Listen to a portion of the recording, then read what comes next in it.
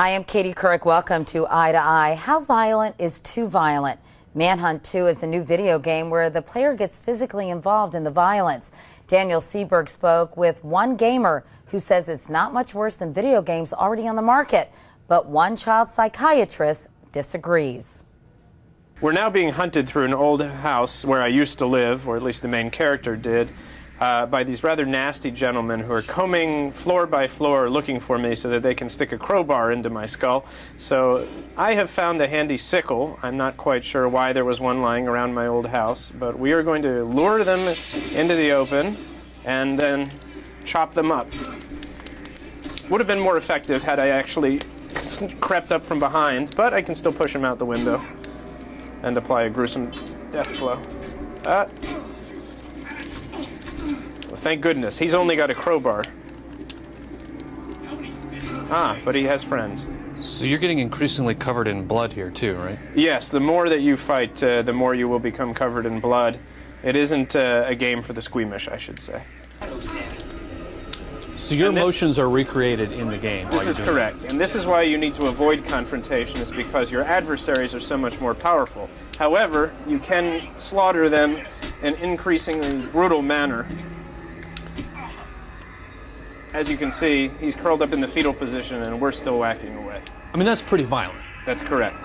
But from a gaming standpoint, you also have to keep in mind that this is quite abstracted. There's no mistaking it for reality based on the visuals here, based on the protagonist, who I don't think anybody dreams of being an escaped mental patient with all sorts of small arms at their disposal. And by the same token, I mean, again, the graphics are quite last generation. There's nothing here that you would mistake for reality.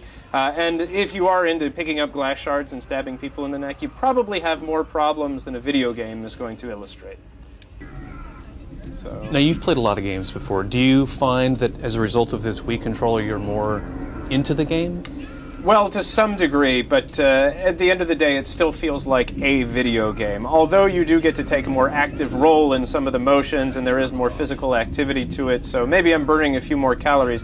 But certainly, I don't feel as if I've become a serial killer, per se.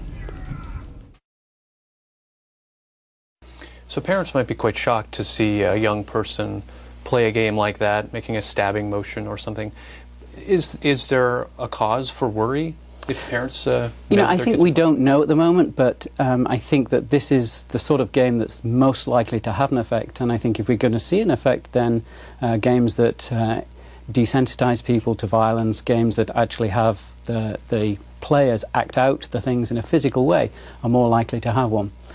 For parents, they need to be aware of what games their children are playing and be aware of the storylines, the actions, the reward sequences, etc.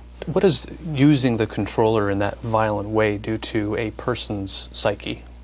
Well, I think the US military use video games to desensitize to a certain extent. So I think that actually it would have the potential to reduce the effect that you're actually hitting somebody. If you're acting out that movement, it may well become something that becomes more instinctual.